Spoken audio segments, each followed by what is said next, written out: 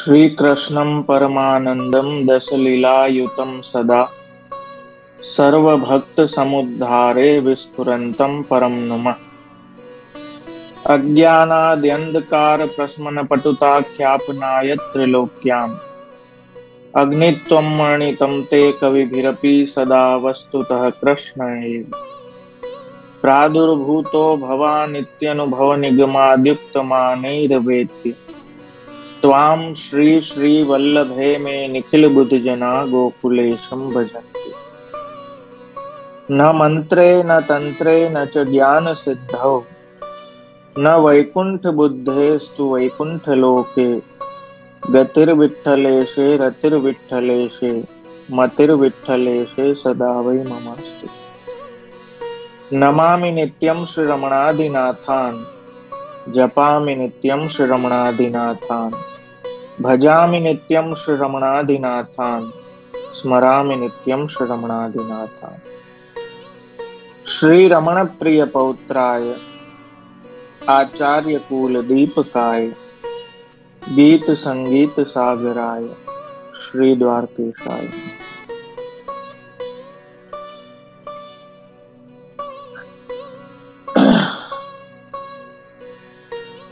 મારો અવાજ આવે છે બધાને? ઓકે છે?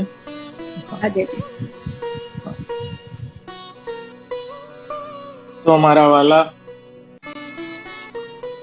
શ્રીનાથજી સત્સંગના માધ્યમથી અને ખાસ કરીને સ્મિતાબેનના મનોરથ સ્વરૂપે જે ભાગવતજીના ક્રમમાં જેમ દર વખત હું કહેતો આવ્યો છું કે પૂરું તો આપણે લઈ નથી શકતા, પણ એક એપેટાઇઝર નું કામ આ કરે કે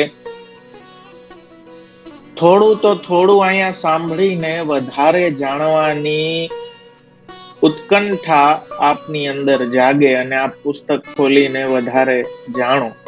કેમ કે જો કથાઓ તો આપણે ખૂબ સાંભળી છે ઘણી, ને એ આખો ક્રમ સાંભળ્યો છે. પુષ્ટિ માર્ગીય કોઈ વક્તા સુંદર રીતે, અને હવે વક્તા સુંદર હોય પણ આપણે હખણા થઈને બેઠા હોય કે નહીં એની પાછી ગેરંટી ના હોય કે આપણે કઈ રીતે સાંભળ્યું. અને ઓનલાઈનમાં તો હવે હરખાય છે કે વિડીયો ઓફ કરીને લાંબાઈ થઈ જાવ, કોણ કહેવાનું થાય. માણસો વિડીયો ઓન કરીને થઈ જાય તો ઓફ કરીને તો ઈઝી છે.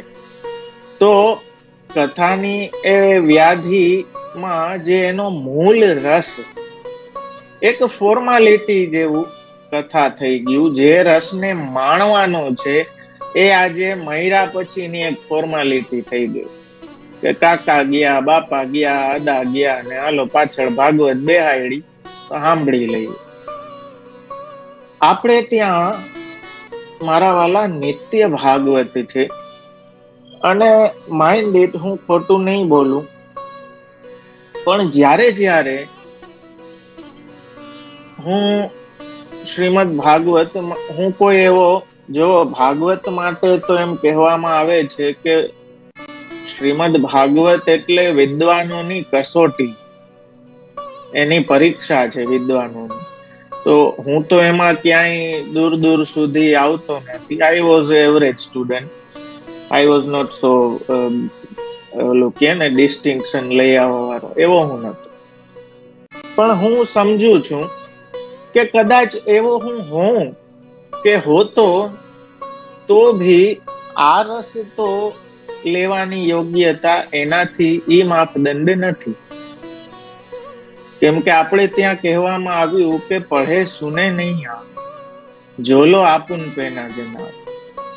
તો મારા વાલા, એઝ એ વૈષ્ણવ, જ્યારે જ્યારે મારી મતિ મુજબ જેટલું મને મારા પાત્રમાં ઠર્યું, મને હંમેશા એ ઓનેસ્ટલી ફીલ થયું છે કે વાંચવું હોય તો આજ વંચાય, બીજું ના વંચાય. સુબોધની વાંચ્યા પછી એમ જ થયા કરે કે આજ વાંચવું જોઈએ. બીજું એટલા માટે જે શ્રી હરિરાય ચરણે આજ્ઞા કરીને કે નચ દ્રષ્ટા સુબોધિની વ્રથા તજ્જન્મ. હવે એ આખું તો આપણે એક એક શ્લોક થી ને જોઈ શકતા નથી, આપણે સમયની કાલની મર્યાદાઓ છે. અને 7 દિવસનો ફોર્મેટ સ્મિતાબેને પહેલી વખત ભાગવતજીની નો મનોરથ પ્રગટ કર્યો એટલે મેં ત્યારે બી કહ્યું હતું કે 7 દિવસનો ફોર્મેટ મને જામતો.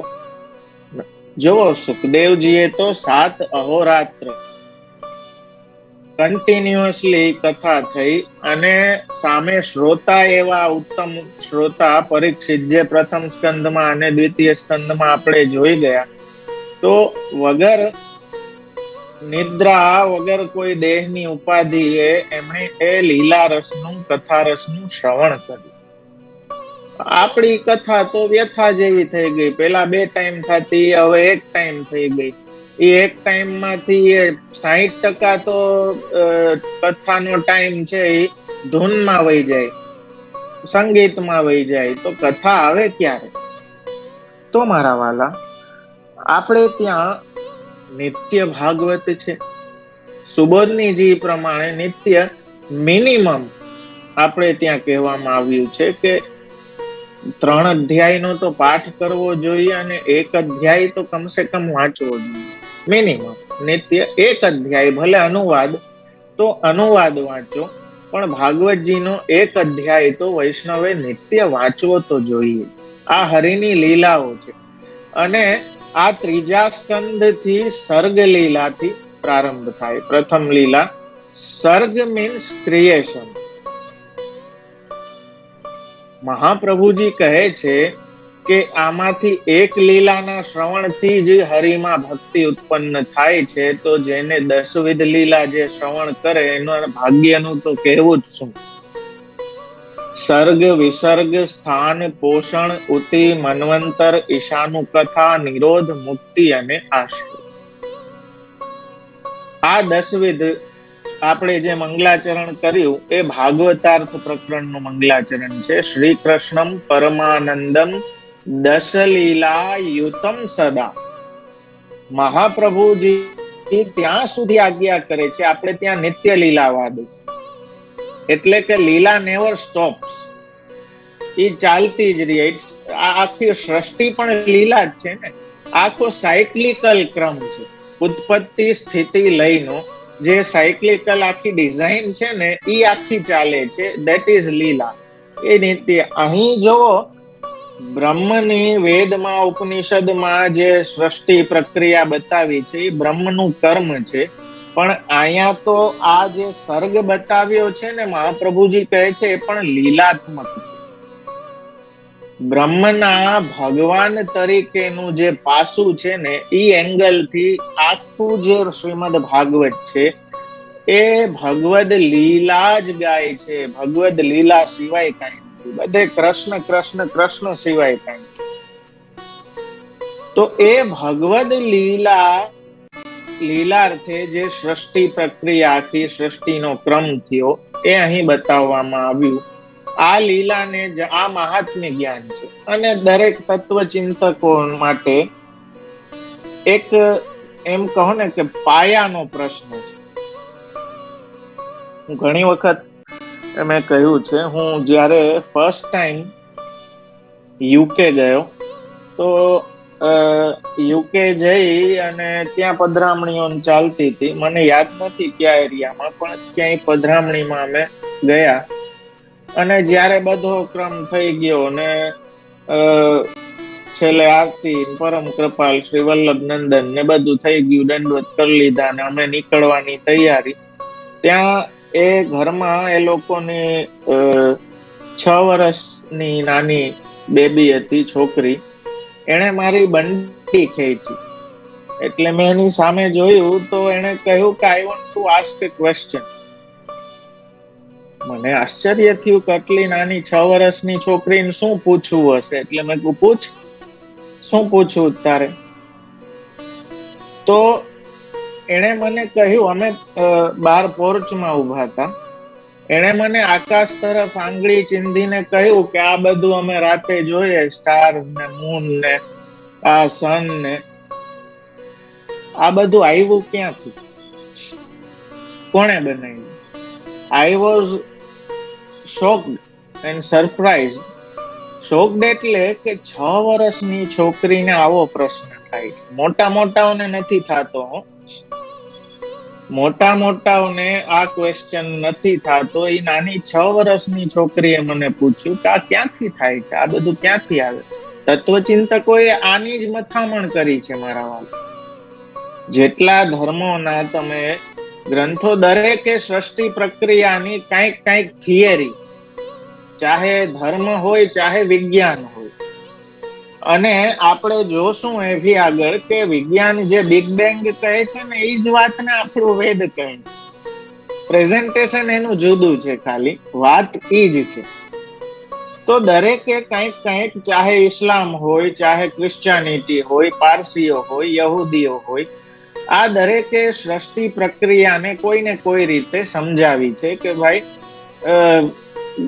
જેમ બાઇબલમાં કહ્યું કે let there be a light. ભગવાને કહી દીધું કે પ્રકાશ થાવ એટલે પ્રકાશ થઈ ગયો. કુરાનમાં કહ્યું કે કુન, અલ્લાહે કુન બોલ્યું કે થાવ એટલે થઈ ગયું, થાવા લાગ્યું. તો આપણે ત્યાં ભી સહેકાકીના રમતે સદ્વિતીય મેચ છે, તો એને ઈચ્છા થઈ બહુ થવાની, તો એકમાંથી બહુ થઈ ગયા. તો મારા વાલા, એ બધા મૂળ પ્રશ્નો આ ત્રીજા સ્કંદમાં છે. સર્ગ એટલે કારણોની ઉત્પત્તિ. શ્રી આચાર્ય ચરણ કારિકામાં આજ્ઞા કરે કે અધિકારી સુસાંગમ હિ શ્રવણમ સુનિરૂપિતમ સ્કંધદ્વયેન શેષેષુ ક્રિયતે વિષયાવિદા. અધિકારીઓએ શ્રવણનું અંગ સહિત 2 સ્કંધોથી નિરૂપણ કર્યું. પેલા 2 સ્કંધોમાં શ્રવણના સાધન, અધિકાર એની ચર્ચા કરી. હવે લીલાઓ છે, કેનું શ્રવણ કરવાનું છે, હવે એ ચાલુ થાય છે. ત્રીજા સ્કંધથી એ સર્ગ લીલા ચાલુ થાય છે. આ ત્રીજા સ્કંધમાં સર્ગનું વર્ણન વાળો આ સ્કંધ છે એ 33 અધ્યાયનો છે. આમાં 33 અધ્યાય 33 અધ્યાયોથી સર્ગનું વર્ણન કરેલું છે. લોકે સર્ગ વિસર્ગો હિ યાદ્રશો નેહતો મતો કિંતુ તૌ લીલયા વાચ્યો તેન સ્કંધ દ્વયમ તતમ. લોકમાં જેવા સર્ગ અને વિસર્ગ છે તે અહીં ઈચ્છેલા નથી, પરંતુ લીલાથી તે 2 કહેવાના છે. એટલે સર્ગ અને વિસર્ગ જુદી લીલાઓ તરીકે કહેવામાં આવશે. ભૂત માત્રેન્દ્રિય ધ્યામ જન્મ સર્ગ ઉદાહ્યત. પંચ મહાભૂત, પંચ તન્માત્રાઓ, ઇન્દ્રિયો, આ બધાનું જે ઉત્પત્તિ છે, બુદ્ધિ, આ બધાનો જે જન્મ છે એને સર્ગ કહે. આ બધા કારણો શેના કારણો છે? તમને સ્પર્શ કેમ અનુભવાય છે? કેમ કે તન્માત્રાઓ છે, કેમ કે ઇન્દ્રિયો છે. જોવો, ભગવાને આખું જે આ સ્ટ્રક્ચર છે એ એવું ઊભું કર્યું છે કે એક વિના બીજું હાલે એમ નથી. બધું ઇન્ટરકનેક્ટેડ છે. સાપેક્ષવાદને ભી અહીંયા આપણે વિચારી શકીએ. થિયરી ઓફ રિલેટિવિટી જે સાયન્સમાં કહેવામાં આવી છે, આઇન્સ્ટાઈન આઈ થિંક, તો એને આપણે વિચારી શકીએ. પણ આપણે એમ વિચારીએ કે હું કરું છું, પણ ખરેખર હું કોણ? જો ગજબ વસ્તુ છે ભગવદ માયા. જોવો તમે સૃષ્ટિની, તમે વિચારવા બેસો કે હું જેને હું કહું છું ઈ હું કોણ ખરેખર? શું આ દેહ હું છું? શું આ આત્મા એકલી હું છું? આ આખું કે આ ઇન્દ્રિયો હું છું? બુદ્ધિ હું છું? અહંકાર હું છું? ક્યાંય તમે શ્યોરિટીથી એક વસ્તુમાં નહીં કહી શકો કે હું ચેતન માત્ર છું. આખું આ બધી વસ્તુનું જે બખડ જંતર, અમારા કાઠિયાવાડીમાં કહેવામાં, બખડ જંતર એટલે જાજુ બધું ભેગું કરીને એક વસ્તુ હાલતી હોય ને, એને કહેવાય. તો એવું આખું આ ઊભું કરેલું છે. જેવી રીતે કમ્પ્યુટર ખરેખર શું છે? ખાલી શું આ ડબલ્યુ છે એ જ કમ્પ્યુટર છે, તો એટલું ડબલ્યુ શું કામનું? અંદર કોઈ જાતનો સોફ્ટવેર જ ના હોય, કમાન્ડ કોઈ એને દઈ શકતા ના હોય, કોઈ કમાન્ડ ઝીલી શકતું ના હોય, તો એકલી સ્ક્રીન કે એકલું કીબોર્ડ શું કામ? તો એના માટે એને ઇન્દ્રિયો, અંતઃકરણ આ બધું જોઈએ ને. આ સોફ્ટવેર છે એ કમ્પ્યુટર નું અંતઃકરણ છે, એમ વાત સમજો. એ એનું અંતઃકરણ છે અને એમાં અંદર બધું. તો એવી રીતે કારણો જે છે કે જેના કારણે સંસારમાં, આ સર્ગમાં ઉત્પન્ન થઈ આપણે સ્થિતિ કરીએ છીએ અને બધા વિષયોને ભોગવીએ છીએ, એના કારણોની ઉત્પત્તિ જે પંચ મહાભૂત, પૃથ્વી, તેજ, જલ, વાયુ, આકાશ, અગ્નિ, આ બધાની ઉત્પત્તિ પંચ તન્માત્રા, શબ્દ, સ્પર્શ, રૂપ, રસ, ગંધ, આગળ ડિટેલમાં આ બધું આવશે. અહીં કારિકાનો અર્થ હું કહું છું. આ બધાની ઇન્દ્રિયો, આપણી 5 જ્ઞાનેન્દ્રિયો, 5 કર્મેન્દ્રિયો, એની ઉત્પત્તિ, બુદ્ધિની ઉત્પત્તિ. તો આ બધા તત્વોની જે ઉત્પત્તિ છે, આપણે ત્યાં 28 તત્વો કહેવામાં આવ્યા છે. કાલ, કર્મ, સ્વભાવ, પ્રકૃતિ, પુરુષ, મહત તત્વ, આખું બખડ જંતર છે મારા વાલા. પણ આવ્યું છે ક્યાંથી બધું? જેમ હવે તમને એમ થાય કે એક બ્રહ્મમાંથી આટલું બધું કેમ આવી ગયું? આ જ બધા પ્રશ્નો આ 3જા સ્કંદમાં વિદુરજીને થયા છે અને મૈત્રેય ઋષિએ એના સમાધાન કર્યા છે કે એક આટલામાંથી આટલું બધું કઈ રીતે થઈ ગયું? સિંગ્યુલારિટી, જેમ સાયન્સ કહે છે ને કે પેલા કઈ નતું ને અચાનક એક મોટો ધડાકો થયો. આપણે હિરણ્ય ગર્ભ જ કહે છે, એ અંડ રૂપમાં આખું બ્રહ્માંડ સમાયેલું છે ને એમાં અચાનક મોટો ધડાકો થયો અને બધું પ્રગટ થઈ ગયું. ઓલું લેટ ધેર બી લાઇટ એ ટાઈપનું ભગવાનને થયું કે એકમાંથી વધારે થાવ. તો પ્રેઝન્ટેશન જુદું છે, વાત એ જ છે. એ જ વાત આપણા શાસ્ત્રો આપણને સમજાવે છે. તો અહીં દરેક પ્રકારની સૃષ્ટિ જે ભગવાને સર્ગ પ્રગટ કર્યું એના કારણોની ઉત્પત્તિ છે, એટલા માટે અહીં સર્ગ લીલા આ ભગવાનની કહેલી છે. મહાભૂતો, તન્માત્રા, ઇન્દ્રિયો અને બુદ્ધિનો જન્મ એ સર્ગ કહેલો છે.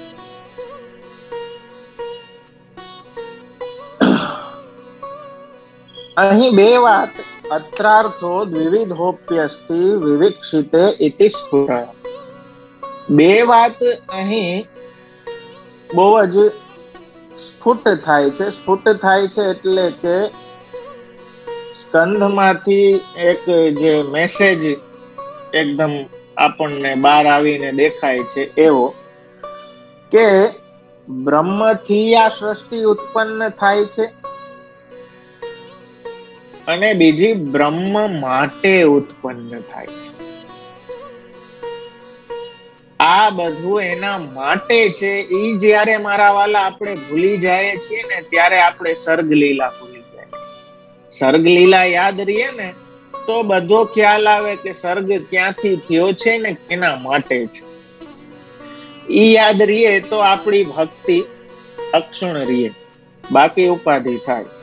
આપણે જ્યારથી બધું મારા માટે એવું મગજમાં ઠાલવી દીધું ને એના કારણે ભક્તિનો ઓલું મારું માં વ્રજમાં ગયો હોય પણ યમુનાજીનો, બેઠકજીનો આનંદ ના લઈ શકે.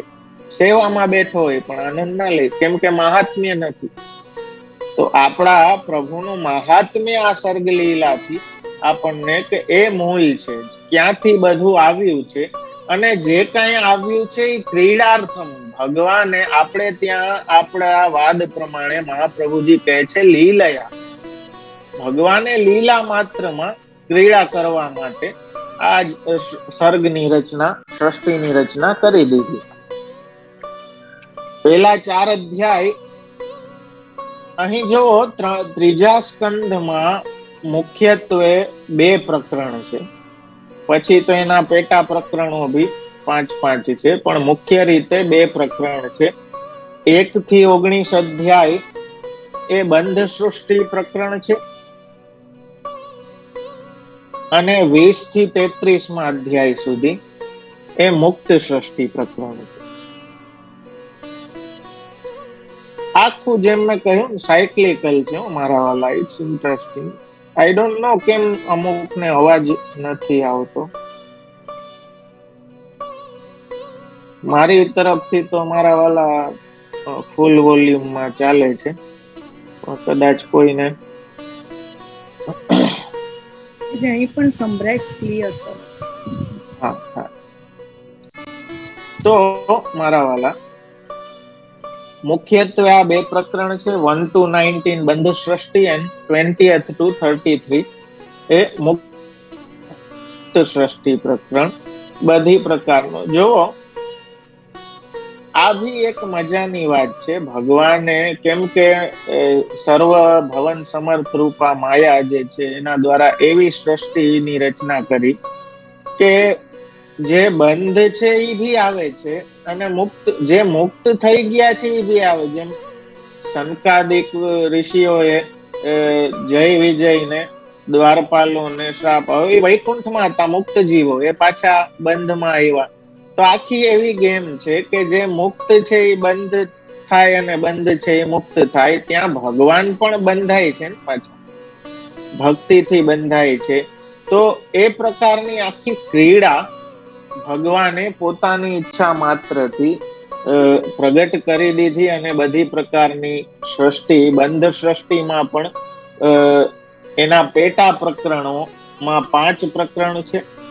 ગુણાતીત પ્રકરણ, સગુણ સૃષ્ટિનું પ્રકરણ, કાલ સૃષ્ટિનું પ્રકરણ, મુક્ત જીવ સૃષ્ટિ ઉપોદ્ઘાત અને મુક્ત જીવ સૃષ્ટિ, આમ 5 પ્રકરણ બંધ સૃષ્ટિના છે.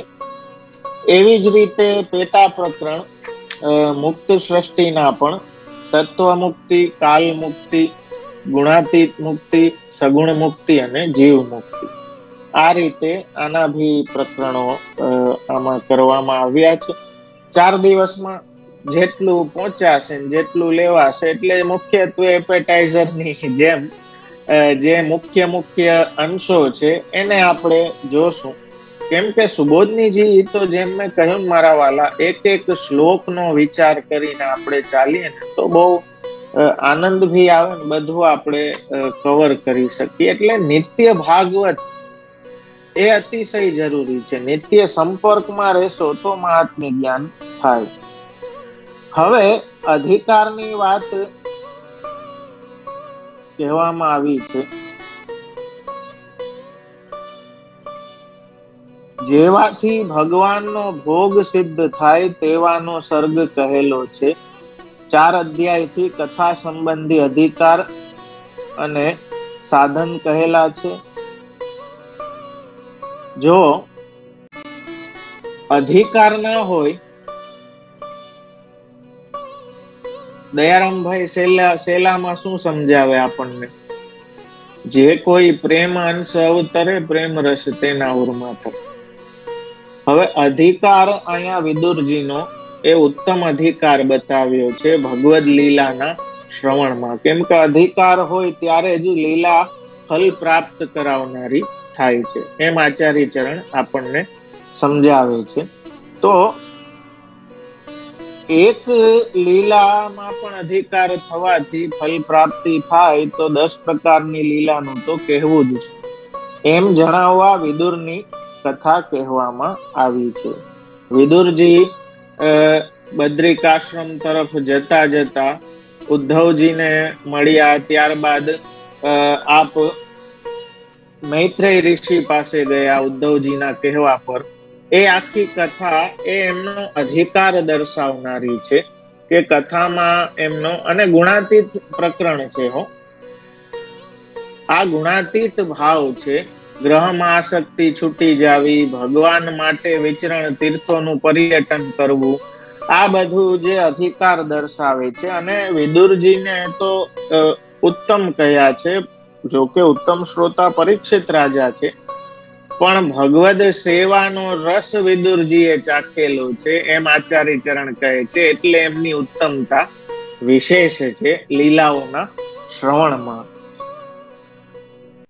એ અધિકાર પ્રકરણમાં પહેલા અધ્યાયમાં ઉત્તમ દેહ થવાનું કારણ કે સંસ્કાર પામેલા મહાભૂતોનો 3 પ્રકારનો સર્ગ કહેલો.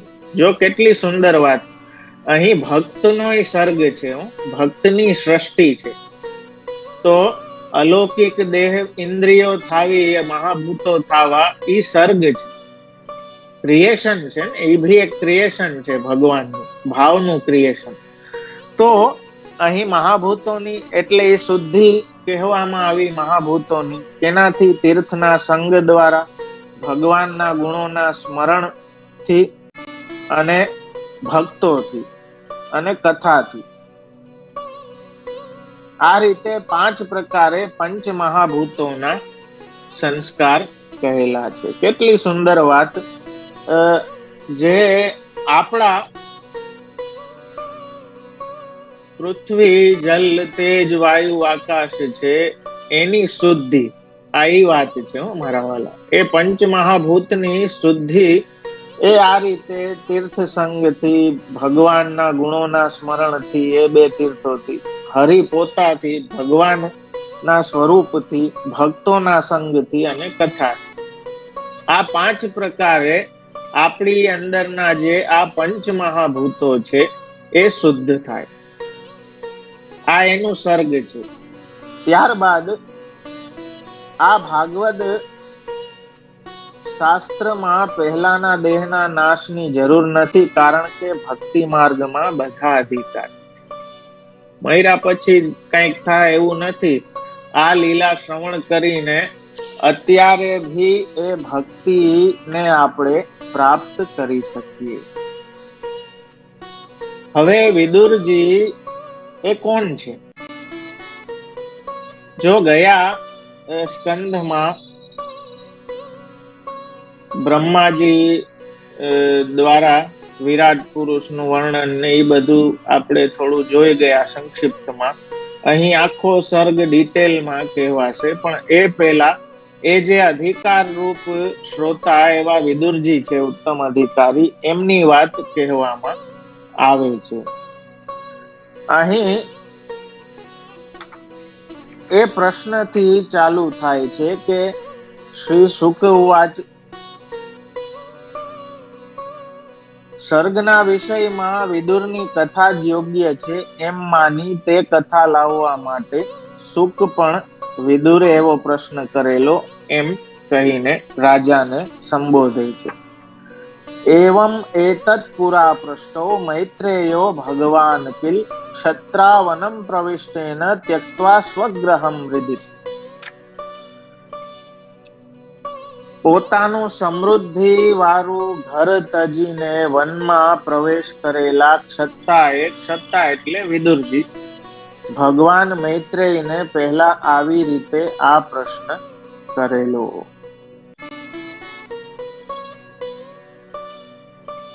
આચાર્ય ચરણ કહે છે, બહુ સુંદર વાત, કે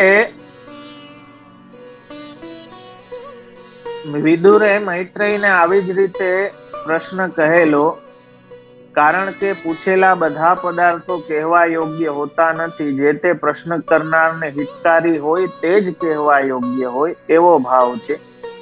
બધા ભગવાનની કેટલીક કથા સાંભળીને તે હૃદયમાં ઉતરે ત્યારે તે દ્રઢ થાય તે માટે વધારે પ્રશ્ન કરે છે. તેથી શ્રવણ કરનારનો અર્થ સર્યો એમ કહેલું. તેમના હોય તો શંકાને લીધે તજેલું ઘર હોય કહેવું યોગ્ય નથી. હવે અહીં મૈત્રેય ઋષિને ભગવાન કહેલા છે, કે વિદુરે ક્ષત્રાએ ભગવાન મૈત્રેયને પૂછ્યું. તો આપણને એમ થાય કે મૈત્રેયને ભગવાન કેમ કહેલા છે? આચાર્ય ચરણ બહુ સુંદર ભાવ બતાવે છે કે ભગવાન પણ 2 પ્રકારનું હોય. 2 પ્રકારનું કયું? એક તો સદાનું એટલે કે નિત્યત્વ જે ભગવાનમાં છે, અને એક ઉત્પન્ન થયેલું. હજી તમને આ વાત જો ના સમજાતી હોય મારા વાલા, તો તમે વાર્તાઓ વાંચો. એમાં ભગવદીઓમાં અલૌકિક સામર્થ્ય અમુક દેખાય. કે ઓલું દહીંમાંથી દૂધ કરી દીધું, જલ ઉપર ચાલવા લાગ્યા, દેવીને વૈષ્ણવ કરી દીધી. આ બધું છે ને ભગવાનપણું છે. પણ એ સદાવાળું નથી, ઉત્પન્ન થયેલું છે ભગવાનની કથાના, એમના સેવાના સંગથી. જેવી રીતે ઓલું મેટલ હોય એની સાથે લોચુંબક ને ઘસે રાખો તો એના ગુણ એમાં આવી જાય. એ રીતની આ વાત છે. એમાં જે ચુંબકત્વ છે એ સદાનું નથી. કોઈ મેટલમાં એ ચુંબકત્વ આવી જાય છે તો એ સદાનું નથી, ઉત્પન્ન થયેલું છે. સમજ્યા વાતને? તો એવી રીતે અહીં મૈત્રેયનો એ ભગવદ સંબંધ મૈત્રેય ઋષિનો બતાવવા એમને ભગવાન સંબોધિત કર્યા છે કે એમના દ્વારા જે કાંઈ પ્રાપ્ત થશે એ એમને હિતકારી જ પ્રાપ્ત થશે, કેમ કે એ ભગવત સંબંધી છે. હવે પ્રશ્ન એ ઉભો થાય, અહીં કરે છે કે સર્વના ઈશ્વર ભગવાન એવા પૌરવના ઘરને તજીને, એટલે કે કૌરવોએ એમને રહેવા માટે ભગવાનને દુશાસનનું મહેલ ઓફર કર્યું હતું કે આપ અહીંયા દૂત તરીકે આપ ગયા હતા ને યુદ્ધ પહેલા, સમજાવો. દૂત તરીકે ગયા હતા તો એમણે દૂતને આપણે એકોમોડેશન દેવું પડે ને, એ મેનર પ્રમાણે કૌરવોએ બધી તૈયારી કરી લીધી. શકુનીએ દુર્યોધને વિનંતી કરી કેટલી કે આપ અહીંયા બિરાજો, પણ એનો ત્યાગ કરીને એ ભગવાને ક્યાં પ્રવેશ કર્યો? વિદુરજીના ઘરે. કેમ કે વિદુરજીના ઘરને એ પોતાનું કરેલું. સુબોધનીજીમાં આપ કહે છે કે એ ઘરને ભગવાને પોતાનું કરેલું છે, પોતાનું માનેલું છે. હવે લોકમાં એ માન્યતા છે એમ નહીં, પણ ભગવાને વ્યવહાર પણ એવું કર્યો. પોતાનું માનતા હોય તો જ સામેથી જાય ને. ગમે એના ઘરમાં જઈને તમે ઓલું સામાન લઈને ઘરી જાઓ કે અમે 2 દી રોકાશો, એવી રીતે ના હોય. જ્યાં આપણે પોતાનું માનતા હોય ત્યાં આપણે સામેથી જાય બધે. તો ભગવાન આવો જે દુશાસનનો મહેલ હતો મારા વાલા, જો આ બધી ખાલી વાર્તા ના સમજતા હો, આમાંથી ઘણી બધી વસ્તુ લેવાની છે, શીખવાની છે. દુશાસનનો મહેલ કેવો હતો તો કહે છે પૌરવેન્દ્ર. સુખદેવજીના શબ્દો જોવો કે ઇન્દ્રના મહેલથી પણ વિશેષ વૈભવ જેનો હતો એવો મહેલ ભગવાનને ઓફર કર્યો કે આપ અહીંયા બિરાજો. પણ ઈ છોડીને ભગવાન ક્યાં પધાર્યા? વિદુરજીના ઘરે. હવે આપ કહે છે કે ઇન્દ્રના ઘરથી પણ ઉત્તમ દુશાસનનું ઘર ભગવાનને રહેવા માટે હતું, અને હતું સાથે સાથે પ્રાર્થના કરેલી હતી કે આપ અહીંયા બિરાજો. એટલે અહીંયા જવું યોગ્ય જ હતું. પ્રભુ અહીંયા પધારતા તો કઈ ખોટું નતું, પ્રભુને યોગ્ય બી હતું, અને પ્રાર્થના બી, રિક્વેસ્ટ બી આપણે એમ કહે ભાઈ વિનંતી નથી કરી, પ્રાર્થના નથી કરી. ના, કરી હતી. દુર્યોધને પ્રાર્થના કરી, બધાએ ત્યાં પણ, કેમ કે દૂતપણું કરવા પધારેલા હતા, એટલે પોલિટિકલી પણ એ કરેક્ટ વસ્તુ હતી કે ત્યાં જવું જોઈએ. જો કેટલા રીઝન્સ દે છે મહાપ્રભુજી કે ભગવાને દુશાસનનું જે ઇન્વિટેશન હતું એ સ્વીકારવું યોગ્ય હતું. કેમ કે એક તો વૈભવની રીતે એ ભગવાનને યોગ્ય હતું. બીજી વસ્તુ કે એની વિનંતી ભી કરવામાં આવી હતી, પ્રાર્થના ભી કરવામાં આવી હતી. અને ત્રીજી વસ્તુ કે ભગવાન દૂત તરીકે ગયા હતા. તો it is politically correct to stay there. જ્યાં દૂત થઈને ગયા હોય એ જે એકોમોડેશન ઓફર કરે એ પોલિટિકલી ત્યાં રહેવું જ યોગ્ય છે. પણ છતાંય ભગવાન એ છોડીને ભગવાને વિદુરના ઘરમાં પ્રવેશ કરેલો. જો અહીં શબ્દ ઉપર ધ્યાન દો, પ્રવેશ કરેલો વિદુરના ઘરમાં. તો આપ તો ભક્તોનું કાર્ય સાધવા વાળા છો, સર્વ ઉત્તમ પૂર્ણ ગુણ વાળા ભગવાને ઉત્તમ સ્થાનમાં રહેવું જ યોગ્ય છે. તો વિદુરનું ઘર કેમ ઉત્તમ છે? તો કહે છે કે ત્યાં અભક્તપણું નથી અને દૈત્યપણું. ભલે આટલો વૈભવ છે, ભલે ત્યાં આટલી સુખ સુવિધા છે, ભલે ઇટ ઇઝ પોલિટિકલી કરેક્ટ, રાજનૈતિક રીતે કેમ કે દૂત તરીકે ગયા છે તો ત્યાં રોકાવું યોગ્ય, એ ભલે બધું છે, પણ ત્યાં અભક્તતા છે અને દૈત્યતા છે, અધર્મ છે. આ ખાલી કથા નહીં સમજવી મારા વાલા, ભક્તિનો જ સ્વીકાર ભગવાન કરે છે. આનાથી વિદુરજીના આ પ્રસંગથી એ વાતને બતાવી. આ અધિકાર મહાત્મ્ય જ્ઞાન ભી એ ભક્તિ દ્વારા જ થાય હો, એનાથી અધિકાર સિદ્ધિ થાય. બાકી આપણે ઓમાં જ રહી જાય કે આનું રીઝન શું ને આનું રીઝન શું ને આનું, પણ બધા રીઝન નું રીઝન જે રૂટ છે ઈ કૃષ્ણ છે. ઈ મહાત્મ્ય હશે ને તો બધું સરખે સરખું ચાલશે. આપણે ત્યાં કહેવામાં આવે ને કરતા કારયિતા હરિ, તો સર્ગલીલા થી એ જ્ઞાન થાય કે આ બધાનું જે રૂટ કોઝ છે ઈ શું છે. જેમ પેલી છોકરીએ પૂછ્યું કે આ બધું ક્યાંથી આવ્યું, કઈક તો એની થિયરી આપવી પડશે ને. ચાલો, ભગવાન નથી, નાસ્તિકોએ એની થિયરી આપી છે. કોઈએ કહ્યું કે સૃષ્ટિનો અનિશ્વરી દર્શન જેટલા છે, એને કહ્યું કે આ તો સ્વાભાવિક ક્રિયા છે, એક નેચરલ પ્રોસેસના કારણે સ્વભાવથી આ બધું થાય છે. કોઈ કહે છે કે એકબીજાના પ્રભાવથી આ બધું થાય છે, પણ આપણા આચાર્ય ચરણ કહે છે કે આ બધું લીલા છે, લીલાથી થાય. તથૈવ તસ્ય લીલે.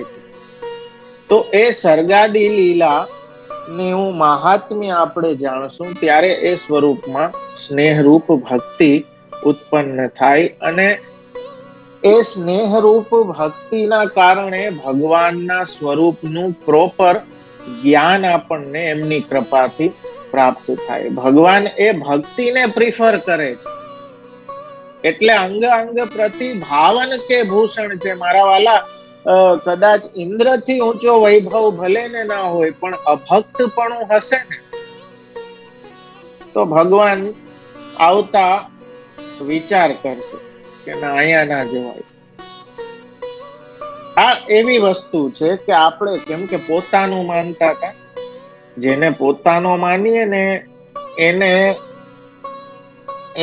અંદર વાણી દ્વારા પ્રવેશ કરવામાં બી આપણે વિચારતા નથી. એને આપણે ખીજાઈ બી લઈએ, કાંઈ બી કહી લઈએ, કેમ કે આપણે એને પોતાનો માનીએ અને આપણને એના ઉપર ભરોસો છે કે આને કોઈ રીતના આની સાથે મારે ફોર્મલ રહેવાની જરૂર નથી.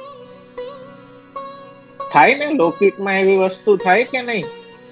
તો અહીં તો ભગવાન છે, તો ભગવાન માટે એવો પ્રેમ જ્યાં હોય ને ત્યાં પ્રભુ પધારે. આપણે ત્યાં એ ઓલું ગાયે છીએ સુરદાસજી નું સબસે ઊંચી પ્રેમ સગાઈ, એમાં વિદુરજી નો એ વાત આવે. તો ભગવાને એ બધા જેટલા વૈભવ હતા એ શું કામ છોડ્યા? કે વિદુરજીના ઘરમાં અભક્તપણા અને દૈત્યપણાના ધર્મો હોવાનો કોઈ ભય ના. ભગવાનને એ વાતાવરણ ગમતું નથી જ્યાં અભક્તતા હોય, જ્યાં દૈત્યપણું શું છે આપણામાં. મારા વાલા, as a Vaishnav, as a ભક્ત, એઝ એ સેવક, જો આપણે આપણી આઈડેન્ટિટી એવી માનતા હોઈએ તો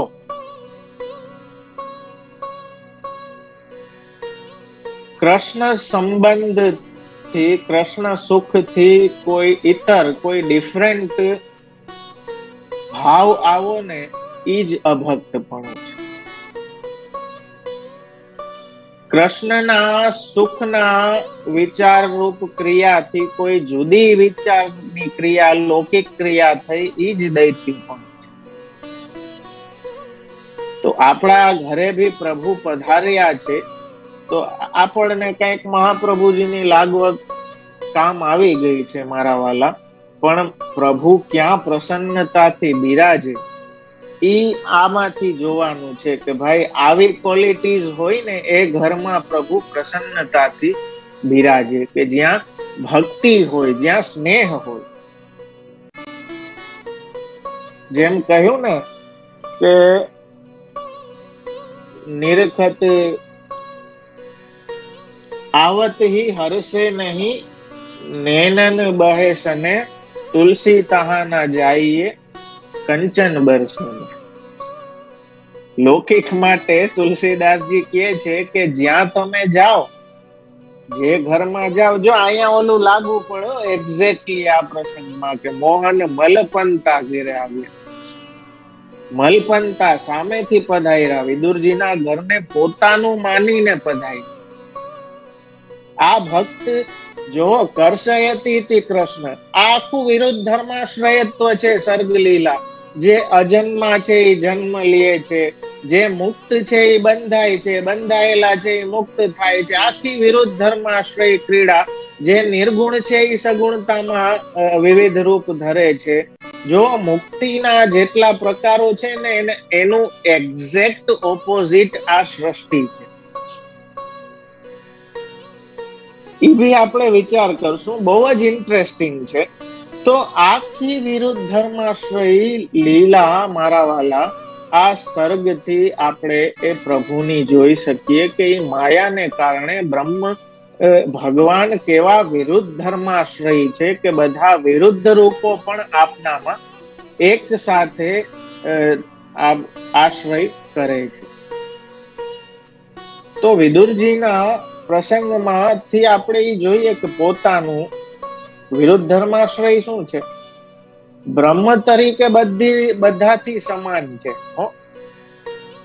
બ્રહ્મ તરીકે એના માટે આખી સૃષ્ટિ સમાન છે. ન દ્વેષોસ્તિ ન મે પ્રિય, જેમ ભગવાને કહ્યું કે ના મને કોઈ સાથે દ્વેષ છે, શત્રુતા છે, ના કોઈ મારું પ્રિય છે. પણ ભક્તિથી જે મને એપ્રોચ કરે, જો પાછી અહીંયા વિરુદ્ધ વાત આવી ગઈ ને, એક જગ્યાએ તમે કયો છો કે મને કોઈ, જો આપણે એ વાત નથી સમજતા, આપણને એમ થાય કે આમ કેમ આમે વાત કરી ને આમે વાત કરી. પણ ઓલી વાત બ્રહ્મ તરીકે ભગવાન કરે છે ને અહીં ભગવાન તરીકે કરે છે. જેના બે એના પાસા છે, તત્વ એક જ છે. બ્રહ્મેતિ પરમાત્મેતિ ભગવાનિતિ શબ્દેતે. આ એના ત્રણેય પાસા છે. તત્વ તો એક જ છે, પણ ત્રણેયનું કંઈક જે બ્રહ્મ કરે છે એનું અદ્ભુત કર્મ છે, કર્માત્મક સૃષ્ટિ છે. અને ભગવાન કરે છે તો એ લીલાથી, લીલાત્મક સૃષ્ટિ છે. તો મારા વાલા, અહીં વિરુદ્ધ ધર્માશ્રયતા આપની પ્રગટ થાય છે. વિદુરજીના ઘરને પોતાનું ઘર કેમ કે એ પ્રશ્ન થયો કે જેને ઘરને પોતાનું માનીને ભગવાન જ્યાં પધાર્યા હતા એવું ઘર વિદુરજીને કેમ છોડવું પડ્યું? રાજાએ એ પ્રશ્ન કર્યો કે સત્તા કે જેના ઘરને ભગવાને પોતાનું ઘર માન્યું હતું અને એમાં પ્રવેશ કર્યો, એવું ઘર વિદુરજીને છોડવું કેમ પડ્યું?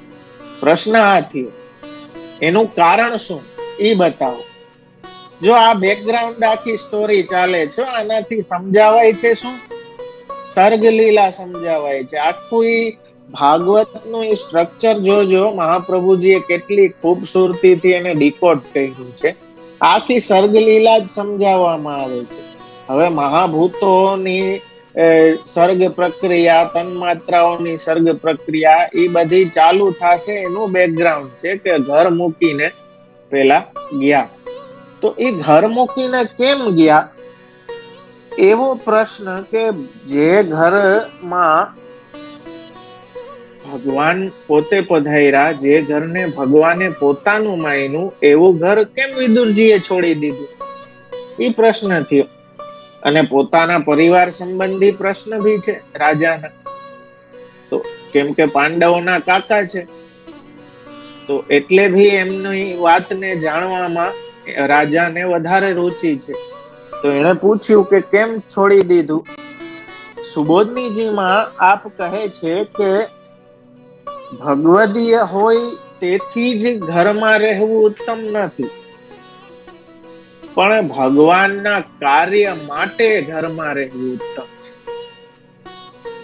જો સુબોધનીજી કેટલી વાત ઝીણવટથી આપણને સમજાવે કે જ્યારે વિદુરજીને થયું કે ભગવાનનું કાર્ય તો હવે અહીંયા રહીને નહીં થાય, કેમ કે અધર્મ વ્યાપી ગયો, દુર્યોધને તોછડાઈ કરી, ભગવાન સાથે દૂત તરીકે ગયા અને દુર્યોધને તોછડાઈ કરી અને ધૃતરાષ્ટ્રે બધું પુત્ર મોહમાં એમને એમ જોયે રાખ્યું. દુર્યોધને ભગવાને ત્યાં સુધી કહ્યું કે ચાલ ભાઈ, તારે ઇન્દ્રપ્રસ્થ ના આપવું હોય તો મારી પાસે હજી એક ઓફર છે, એ બીજી ઓફર બી હું કરું. ભગવાને ટ્રાય પૂરેપૂરી કરી.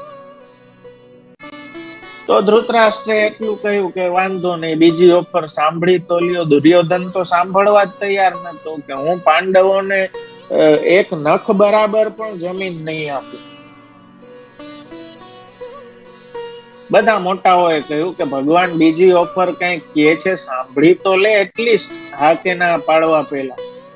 ભગવાને કહ્યું કે તમારી ચોઈસ ના કે અમારી ચોઈસ ના, જે તમને અનુકૂળ લાગે એવા 5 ગામ, ખાલી 5 ગામ તમે પાંડવોને આપી દો, એ તમારી સામે યુદ્ધે નહીં ચડે, એ મારી ગેરંટી. ભગવાને પોતે એનું પ્રોમિસ લીધું કે મારા વાક્યો ઉપર પાંડવો ઉભા રહેશે, એ 5 ગામ લઈને રાજી થઈ જાય. એ દુર્યોધન ના માયને આ બધું વિદુરજીએ જોયું. પછી વિદુરજી ત્યાં ગયા, ધૃતરાષ્ટ્ર મોટા ભાઈએ બોલાવ્યા. ત્યારે વિદુરજીએ ઘણી બધી સલાહો આપી, એ ભી આગળ આવશે કે મોટા ભાઈને જ્ઞાન દેવાની. કેમ કે વિદુરજી કોણ છે? વિદુરજી યમરાજ છે. માંડવ્ય ઋષિના શ્રાપથી એને શ્રાપ મળ્યું યમરાજને 100 વર્ષ શુદ્ર થવાનું.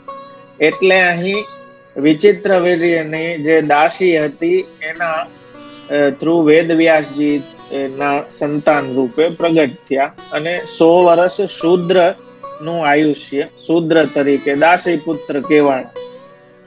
દુર્યોધને ભી અપમાન ઘણું એ રીતે કર્યું.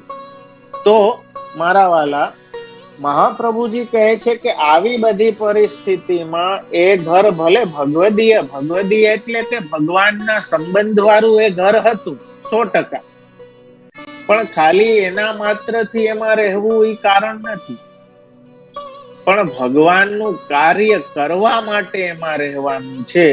અને જે ઘરમાં રહીને ભગવાનનું કાર્ય હવે થઈ શકે એમ નથી, એ જ્યારે વિદુરજીએ જાણી લીધું, કેમ કે મોટા ભાઈએ બોલાવ્યા,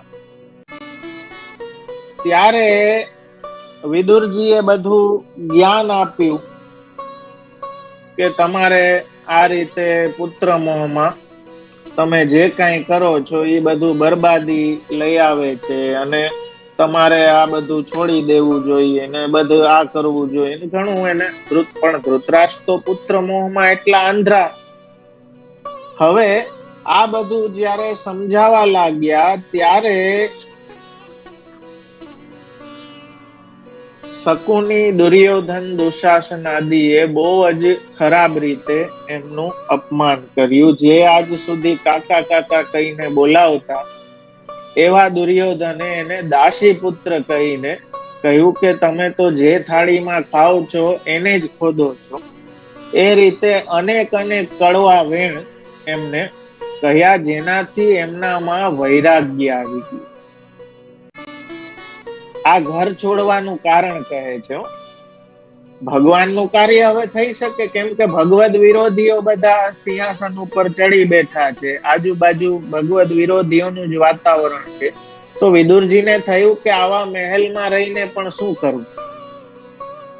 હવે અહીંયા રહીને તો ભગવાનનું કાર્ય કોઈ થઈ શકે એમ નથી, એટલે આવા મહેલમાં રહીને પણ કાંઈ થાય એમ નથી, એવું વિદુરજીને વિચાર આવ્યો. અને એ ત્યારબાદ ભત્રીજાએ આવી રીતે દાસી પુત્ર કહીને એમને અપમાનિત કર્યા અને ખૂબ જ જેમ તેમ બોલ્યો. એના કારણે એમનું વૈરાગ્ય ઓર દ્રઢ થયું. હવે વૈરાગ્ય દ્રઢ થયું મારા વાલા, તો એવું નતું કે આ ઘર છોડીને બીજે ઘર કરીને રહેશું. ભાઈ બીજે ઘર કરીને રહેશું તો પાછી જ ઉપાધિ થશે સંસારની. ભક્ત હતા, ભગવદીય હતા, એટલે તીર્થોનું સેવન કરવા લાગ્યા. જ્યાં જ્યાં ભગવાનનો સંબંધ હતો તે બધી જગ્યાઓએ ફરવા લાગ્યા. એ બધી જગ્યાઓએ ફરવા લાગ્યા. તીર્થોના સેવનથી શું થયું? તો આચાર્ય ચરણ આપ આજ્ઞા કરે છે કે શુદ્ધિ બે પ્રકારે થાય. એક તો જે દોષ હોય નિવૃત્ત થાય, અને બીજું ગુણો પ્રાપ્ત થાય. બરોબર ને? એકલા દોષ નિવૃત્ત થાય, ગુણો પ્રાપ્ત ના થાય તો શું કામ? તો બે પ્રકારે શુદ્ધિ થાય. એક બહારની શુદ્ધિ થાય, એક અંદરની થાય. એટલે તીર્થોના સેવનથી બહારની શુદ્ધિ અને ભગવદ લીલાઓના શ્રવણથી ભીતરની શુદ્ધિ. એ રીતે વિદુરજીનો અધિકાર અહીં બતાવવામાં આવ્યો છે. તો આગળ આ રીતે અવધૂત વેશમાં એવા એ ફરવા લાગ્યા, પર્યટન કરવા લાગ્યા. અને વ્રતો બધા જે કાંઈ અવધૂત વેશ એટલા માટે કહ્યો કે કોઈને ઓળખાય નહીં. એ રીતે વિદુરજી તીર્થોમાં જ્યારે અપમાનિત થયા, ભાઈના ઘરેથી આ રીતે ભત્રીજા દ્વારા અપમાન થયું અને વૈરાગ્ય આવ્યો. વૈરાગ્ય આવ્યો તો ક્યાંય બીજે કોઈ જગ્યાએ નથી ઘર કરીને રહ્યા, પણ પર્યટનમાં લાગી ગયા, એક પરિવ્રાજકની જેમ. અને અવધૂત દશા કરી લીધી, જેથી વેશ પલટો, જેને આપણી ભાષામાં કહીએ, કોઈને ઓળખાય નહીં. એવી રીતે એ બધા તીર્થોમાં ભારત ભ્રમણ કરવા લાગ્યા, બધે ફરવા લાગ્યા. હવે કેવા તીર્થોમાં? તો આપ કહે છે કે જ્યાં ભગવાનનો સંબંધ છે. સુબોધનીજીમાં આપ આજ્ઞા કરે કે હરિને પ્રસન્ન કરનારા વ્રતો આચરતા એ તીર્થોને. કેવું આચરણ એમનું હતું? એમના વ્રત કેવા હતા? હરિને પ્રસન્ન કરવા વાળા. મારા વાલા, આપણા તો વ્રત આપણી પ્રસન્નતા માટે હોય. આપણું આચરણ તો આપણી પ્રસન્નતા માટે હોય જ છે, પણ આપણા વ્રતો પણ આપણી પ્રસન્નતા માટે. આ જો ભગવદીયની ક્રિયા અને આપણી ક્રિયામાં ફેરફાર આપણે જોઈ લઈએ ને એક્ઝેક્ટલી એકવાર, તો ખબર પડી જાય. તો આપણી જાતને પભ કે કોઈને પભ કે આપણી જાતને વૈષ્ણવ કહેતા ભી આપણને એમ થશે, બે વાર વિચાર આવશે કે હું કહું તો છું, પણ શું હું ખરેખર વૈષ્ણવ છું? તો મારા વાલા, અહીં આપ સુબોધનીજીમાં કહે છે કે ભગવાનનું આ 7 ત્વચા વગેરે, ત્વચાના 7 પળ, મેડિકલ સાયન્સ બી કહે છે કે 7 પળ હોય, ધાતુઓના સંસ્કાર કહ્યા છે. તો અહીં કહે છે ભગવાનનું ચરિત્ર અતિ ગોપ્ય હોવાથી એકલા ફરતા, અધિકારી પાખે વાણી નહીં કોને ઉચ્ચાર. આ જો 7 ત્વચાના સંસ્કારો એ રીતે અહીં કહે છે. પેલા એકલા ફરતા એમ વર્ણન આવ્યું. શું કામ? કેમ કે ભગવાનના ચરિત્રો અતિ ગોપ્ય છે, એ પ્રમાણે ફરતા. અને શ્રી કૃષ્ણની પ્રાપ્તિ ન થવાથી, વિરહના લીધે તેમની પ્રાપ્તિ થાય તે માટે જ વ્રતો કર્યા. જો વ્રતો શું કામ કર્યા? એક દિવસ નિરાહાર રહેતા ને એક દિવસ ભોજન, એવું શું કામ કર્યું? એ વિરહમાં કે પ્રાપ્તિ થાય કૃષ્ણની એના માટે, અન્ય કાંઈ આપણા જેવા ફાલતુ વ્રતો નહીં. હવે તો આમ આપણે એકાદશી જ રહેવાની હોય, પણ કામનાઓનો ધોધ પ્રવાહ એટલો વધેલો છે ને કે પછી ઓલું સોમવાર ને મંગળવાર ને બુધવાર ને શ્રાવણ ને અધિક ને આ ને તે ને પણ એઝ એ વૈષ્ણવ વ્રત પણ આપણા કેવા છે, એકાદશી વ્રત અને 4 જયંતી વિષ્ણુ પંચક વૈષ્ણવે કરવી જોઈએ, જે ભગવાનને પ્રસન્ન કરનારા વ્રતો છે. અને એ વ્રતો ભી કયા હેતુથી? કે પ્રભુની પ્રાપ્તિ અર્થે ભગવાન રસમય આપણી ઇન્દ્રિયો અને અંતઃકરણ થાય એના માટે વ્રતો કરવાના છે. પછી અંદરના અને બહારના નિયમો પાળવા, ત્યાર પછી વ્રતોનું આચરણ કરવું, પવિત્ર એકાંત સ્થળમાં ધ્યાન વગેરેમાં બેસવું, એ પ્રકારની સ્થિતિ, એક રાતના અંતરે આહાર વગેરે આજીવિકા થતી, એક રાત છોડીને આહાર લેતા, 3 સમય સ્નાન, ભૂમિ ઉપર સુવાનું, અભ્યંગ તેલ ચોળવું વગેરેનો ત્યાગ, કોઈ દેહની જે પેમ્પરિંગ શરીરની સંભાળી બધું વિદુરજીએ છોડી દીધું અને રાત્રિ દિવસ બસ ભગવાનના ગુણોમાં જ મસ્ત રહેતા. આ 3 ગુણો અને 3 દોષોને દૂર કરનારા છે. એવી રીતે ફરતા કે બંધુઓને એ ઓળખાતા નહીં, અવધૂત વેશમાં કૃત્રિમ વેશ ધારણ કરીને ફરતા. વ્રતો 4 પ્રકારના છે. મહાપ્રભુજી સુબોધનીજીમાં આજ્ઞા કરે, એકાદશીના ઉપવાસ. આ 4 પ્રકારના વ્રતો કેવા છે? ભગવાનની પ્રસન્નતાના કારણ રૂપ. આ વાક્પતિના શબ્દો છે. આ 4 વ્રતો ભગવાનની પ્રસન્નતાના કારણ રૂપ છે. એ 4 વ્રતો કયા છે? તો આપ કહે છે, આઈનો સમય કેટલો હજી છે? સમય આપણી પાસે સ્મિતાબેન? હા, જે શ્રી મોર દેન અડધો કલાક, મોર દેન હાફ. ઓકે. આપને જેટલો આપ શ્રી ઉપર આધાર. ના જરૂર. તો 4 જે વ્રતો આપ શ્રી કહે છે એ ભગવત પ્રસન્નતાના કારણ રૂપ છે. મારા વાલા, કેમ કે આમાં એક શ્લોકમાં ડિટેલમાં જાવ ને તો કદાચ પેલું પ્રકરણ જે છે એ બી પૂરું ના થાય, એટલે આમાં તો આપણે થોડો રસ બધેથી આમાં, કેમ કે 2 અવતારની કથા આ સ્કંદમાં આવે છે, વરાહ અવતાર અને કપિલ દેવજી. આ બંનેની કથાનો ભી રસ આપણે લેવો છે. બ્રહ્માજીનું પ્રાગટ્ય, સૃષ્ટિ રચના, નિયમને આજ્ઞા, આ બધો ક્રમ આપણે જોવાનો છે. પણ એક બેકગ્રાઉન્ડ જે સાંભળવા વાળો કેવા ભક્તને આ જ્ઞાન પીરસવામાં આવ્યું છે, એ પાત્રતા, એ અધિકાર, આ ભી એક સર્ગ છે. આ ક્રિએશન જ છે કે એમની દેહ પ્રાણ ઇન્દ્રિયો એ રીતની એનું સર્જન થાય છે કે એ ભગવદ લીલાને ઝીલી શકે છે. એટલે આ ગુણાતીત પ્રકરણ છે. તો અહીં આ સર્જન થાય છે વિદુરજીમાં, એ ઉત્તમ અધિકારનું આખો સર્ગ ઉત્પન્ન થાય છે, એની વાત અહીં કરવામાં આવે છે. એટલે આ સર્ગ લીલાને અંતર્ગત છે. તો મારા વાલા, વ્રતો પણ એમણે કેવા કર્યા કે જે હરિને પ્રસન્ન કરવા વાળા. પેલું એકાદશી વ્રત, ઘણા કેટલી વાર આવીને એનું એ જ પૂછે. એક વાર આજે યાદ રાખી લ્યો મારા વાલા. ઘણા કે સોમવાર રેવાય કે નહીં, શનિવાર રેવાય કે નહીં, શ્રાવણ રેવાય કે નહીં. હું તો એમ કહું, કાંઈ ના રેવાય, સન્મુખ રેવાય. એ પહેલી વાત તો એ કે સન્મુખ રેવાય. બીજી વસ્તુ કે આપણે કયા વ્રતો કરવા જોઈએ.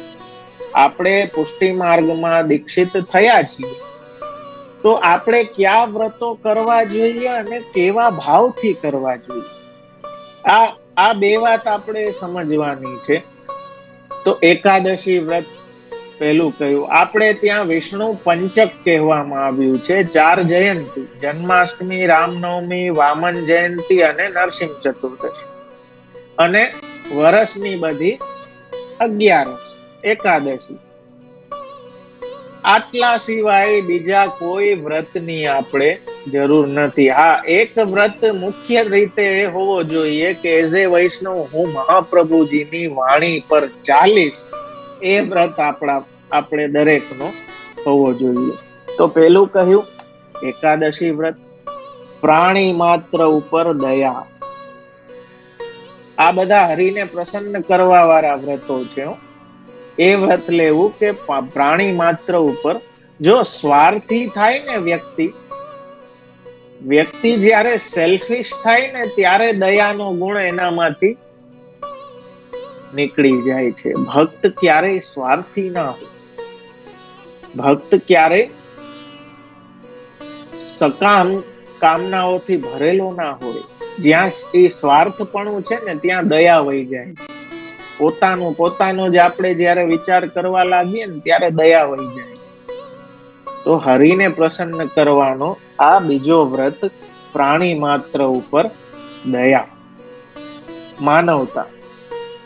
જેમ હું કહું ને, કેમ કે ઘણી વખત અતિ ધર્મના આચરણમાં આપણે દયાને આપણે નેવે, જેમ પ્રસંગમાં આવે છે ને કે ગુસાઈજી આપ પધારતા હતા ને કુંજરીનો જીવ જાતો હતો, ત્યારે પેલાને શું વિચાર આવ્યો કે જારીજી છોવાઈ જશે. ગુસાઈજીએ કહ્યું કે અરે જારીજી છોવાઈ જશે તો નવા આવશે, આનો જીવ વહી જશે તો પાછો નહીં. આ દયાનો ગુણ. જેમ નારાયણ દાસ એ વિઠ્ઠલદાસ ને બંદી બનાવ્યા અને કોળા માર્યા, વાર્તા વાંચતા હશે એમને ખ્યાલ આવી જશે, 252 માં આવે છે. અને વિઠ્ઠલદાસ ને જયારે ખબર પડી નારાયણદાસ ને કે આ તો ગુસાઈજી નો સેવક છે, નારાયણદાસે માથું પકડ્યું કે અરે મને પેલા કેવું તું ને તારે, આ રોજ જે 100 કોળા, રોજ 100 કોળા ખાતા હો આ વૈષ્ણવ. ધૈર્યનું એવું ઉત્કૃષ્ટ ઉદાહરણ વિઠ્ઠલદાસ કાય. આજે તો આપણે સહન શક્તિ તો કઈ છે જ નહીં. જે સહન શક્તિ એ વૈષ્ણવોમાં આપણે દર્શન કરીએ આજે તો, કેમ કે આજે સાવ ઊંધી વસ્તુ, જેમાં શરમાવું જોઈએ ને એમાં આપણે ગૌરવ કરીએ. સામો જવાબ દઈ દેવો કે કોઈ વસ્તુ સહન ના કરીને તરત રિએક્ટ કરી દેવું, એને આપણે સામર્થ્ય સમજીએ છીએ. ખરેખર એ સામર્થ્ય નથી, એ અસામર્થ્ય. સહન કરવું ને એમાં સામર્થ્ય જોઈએ.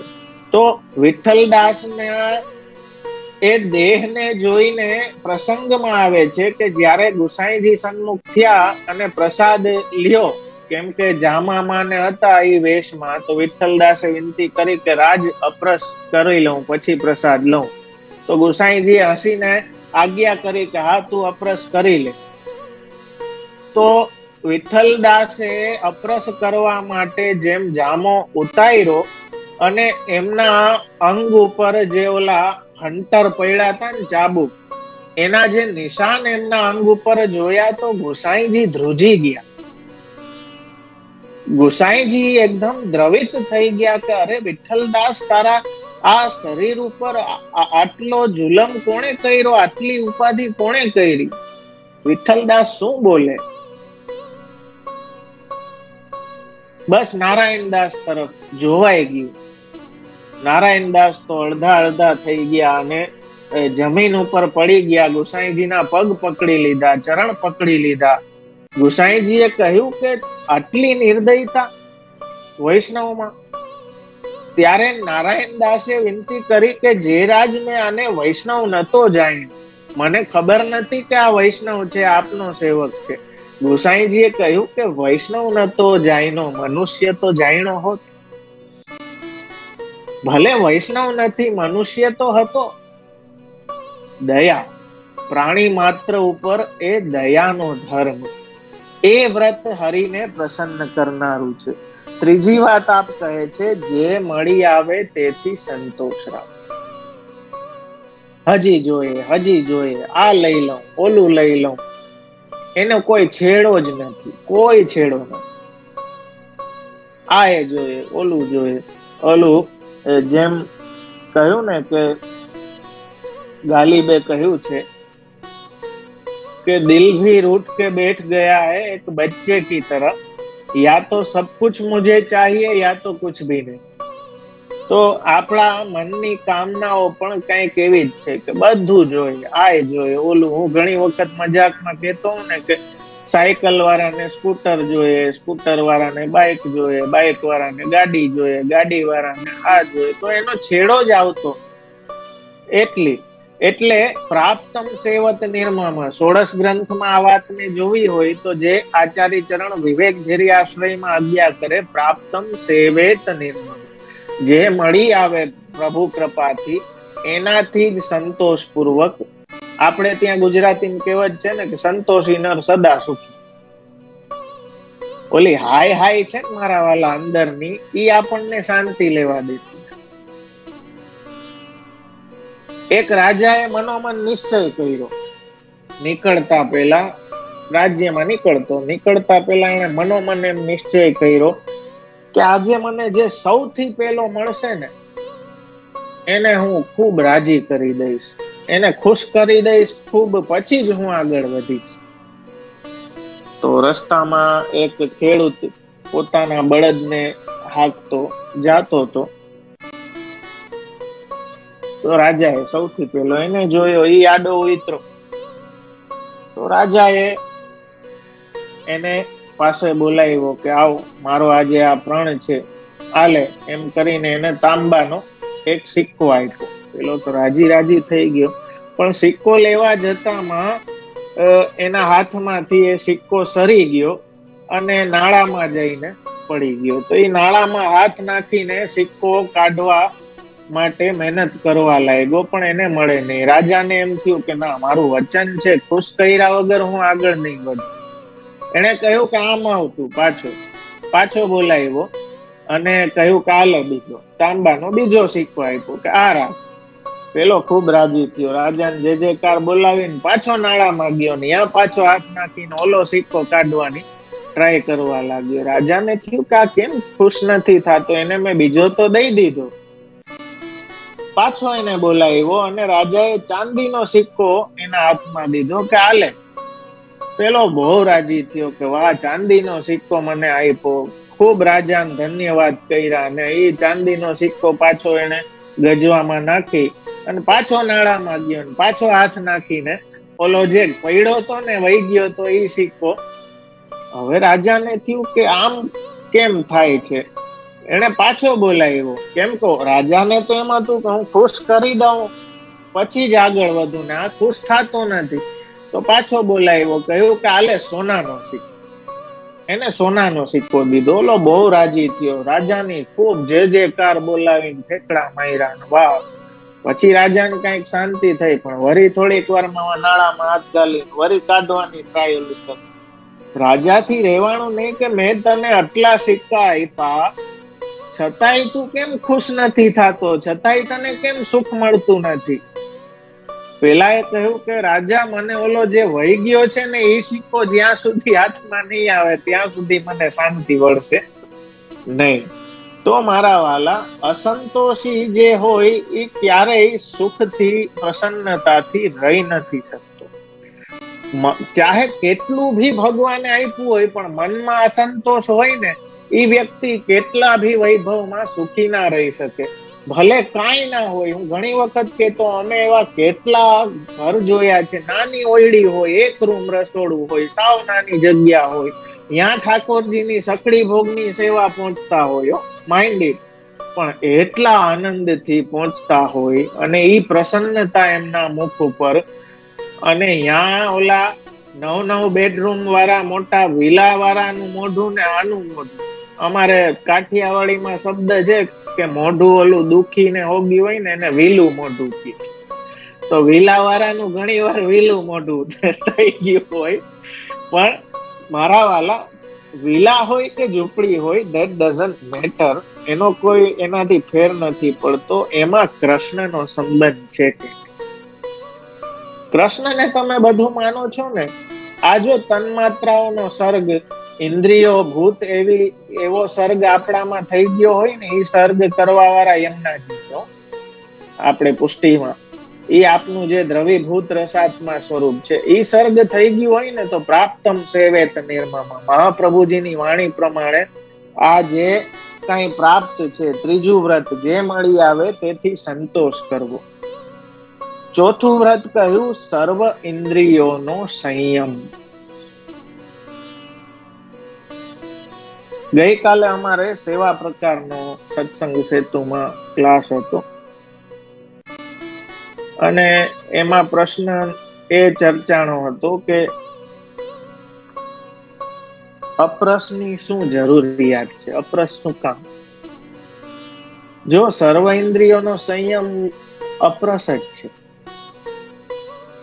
તમારી આંખ કૃષ્ણ સિવાય કોઈને જોવે નહીં, એ આંખની અપ્રસ. કૃષ્ણના પ્રસાદી પુષ્પોની ગંધ સિવાય, કૃષ્ણના શ્રીઅંગની સુગંધ સિવાય નાસિકા બીજું કઈ સૂંઘે નહીં, એ નાકની અપ્રસ. કૃષ્ણના અધરામૃત સિવાય બીજો કોઈ રસ આ જીવહાને આવે નહીં, એ લે નહીં, એ જીવહાની અપ્રસ. રસ ના કહ્યું ને એને, રસ લેવા વાળી, એ રસના છે. કૃષ્ણ નામ સિવાય બીજો કોઈ નામ નીકળે નહીં વાણીમાંથી, એ વાણીની અપ્રસ. હાથ કૃષ્ણ સિવાય બીજાનો સ્પર્શ અનુભવે નહીં, એના સિવાય બીજે ક્યાંય હાથ ચાલે નહીં, પગ ચાલે નહીં, એ કર્મેન્દ્રિયોની અપ્રસ. તો કૃષ્ણ સન્મુખ આપણી ઇન્દ્રિયો થાય એટલા માટે સંયમ. 4 વ્રતો મારા વાલા, એકાદશી, પ્રાણી માત્ર ઉપર દયા, જે મળી આવે તેનાથી સંતોષ, અને સર્વ ઇન્દ્રિયોનો સંયમ. શ્રી આચાર્ય ચરણ સુબોધનીજીમાં જણાવે કે આ રીતે હરિને પ્રસન્ન કરનારા આ વ્રતો વિદુરજી કરતા કરતા, તીર્થોમાં ફરતા ફરતા આપ પ્રભાસ સુધી, આખા ભારત વર્ષની યાત્રા કરીને આપ પ્રભાસ સુધી આવ્યા. પ્રભાસમાં આવ્યા ત્યારે એક છત્ર રાજ હતું. ભાગવતજીમાં એમ વર્ણન આવે, એક છત્ર રાજ હતું એટલે કે ત્યારે મહાભારતનું યુદ્ધ થઈ ગયું હતું અને યુધિષ્ઠિર એક છત્ર બધે રાજ્ય કરતા હતા. એટલે કે મહાભારતના યુદ્ધ પછી 36મા વર્ષે વિદુરજી આ રીતે તીર્થાટન કરતા કરતા પ્રભાસ સુધી પહોંચ્યા છે.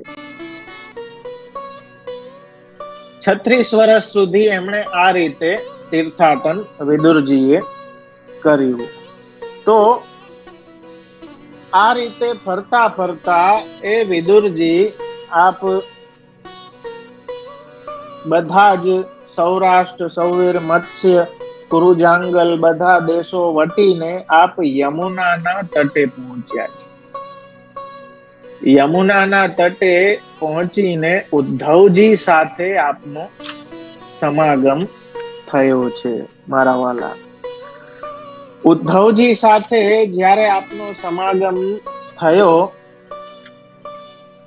ત્યારે ભક્તને મળીને ભક્તને કેટલી આનંદ થાય. કૃષ્ણ સંબંધી કોક મળ્યું ને અને ભક્તને ઓળખી જાય. જો વિદુરજી હતા અવધૂત વેશમાં, પણ ઉદ્ધવજી એમને ઓળખી ગયા ને ઓલા સમાનશીલ વ્યસને સુસખ્યમ, એક ભાવ વાળા જયારે સામે આવ્યા તો એકબીજાને ઓળખી ગયા. કેમ કે વિદુરજી કેવા છે તો કહે છે કે જે કૃષ્ણના ચરણ ચિહ્ન વાળી ભૂમિ છે, રજ છે, એના ઉપર આળોટેલા છે. પ્રસંગમાં આવે ને 10મા સ્કંદમાં કે વિદુરજીએ એ ચરણોનું સેવન કર્યું. ઉદ્ધવજી કેવા છે સામે? ઉદ્ધવજી માટે કહેવામાં આવે છે કે સાવ નાના આપ 5 વર્ષના હતા ત્યારથી ભગવાન સાથે ને સાથે રહ્યા. માતા કેટલું ભોજન માટે બોલાવતી તો એ ભોજનની પણ પરવા કર્યા વગર સતત ભગવાનનું જ સેવન બાળપણથી લઈને વૃદ્ધાવસ્થા સુધી ઉદ્ધવજીએ કર્યું. એટલે ભગવદ ભક્ત છે, ભગવદીય છે અને ભગવાનની લીલાઓનું સ્મરણ એકબીજાને જોઈને થઈ ગયું. ત્યારે વિદુરજીએ બધાનું ક્ષેમ કુશલ પૂછ્યું. ક્ષેમ કુશલ પૂછ્યું ત્યારે ઉદ્ધવજીને ભગવાનનું સ્મરણ થતા એટલા પ્રેમ વિહ્વલ થઈ ગયા કે એમનાથી કોઈ શબ્દો નીકળ્યા જ નહીં જવાબ દેવામાં, અને એક મુહૂર્ત સુધી ભગવાનના પ્રેમમાં ડૂબેલા રહ્યા. સુબોધનીજીમાં આપ એમ કહે છે કે ભગવાન સંબંધી પ્રશ્ન થતા જ વિદુરજીએ બધા જ પ્રશ્નો પૂછ્યા છે બહાનાથી, કે યાદવો કેમ છે, પ્રદીપ પાંડવો કેમ છે, હું તો આ ઘર છોડીને નીકળો આટલા વર્ષો થઈ ગયા છે, કોનું મને કોઈના સમાચાર નથી, ભગવાન આનંદમાં બિરાજે છે કે નહીં. વિદુરજી આ બધા જ પ્રશ્નો એમને પૂછે છે. ત્યારે ઉદ્ધવજી એટલા પ્રેમ વિહવલ થઈ જાય છે, અને પ્રેમ વિહવલ થઈને ઉદ્ધવજી કહે છે કે હું તમને શું કુશલ કહું. જ્યારે ભગવાને લીલા સંકેલી લીધી પછી તમને હું શું કુશલ કહું. યાદવો કે જે છેલ્લી ચર્ચા આપણે કરી લઈએ, આજ વિષયને આવતીકાલે આપણે કન્ટિન્યુ કરશું, અને આવતીકાલે બ્રહ્માજીની ઉત્પત્તિ, સૃષ્ટિનું વિવરણ એ બી બધું જોશું. વારા ભગવાનની કથા જો શક્ય હશે તો કાલે જ લઈ લેશું, બાકી પરમ દી. પછી કપિલ દેવજીએ જે દેવહૂતિને ઉપદેશ આપ્યો એ બધું જ આપણે જોવાનું છે મારા વાલા. પણ જેટલું ધાયરું ધણીનું થાય, ઠાકોરજી જેટલું આપણને કરાવે.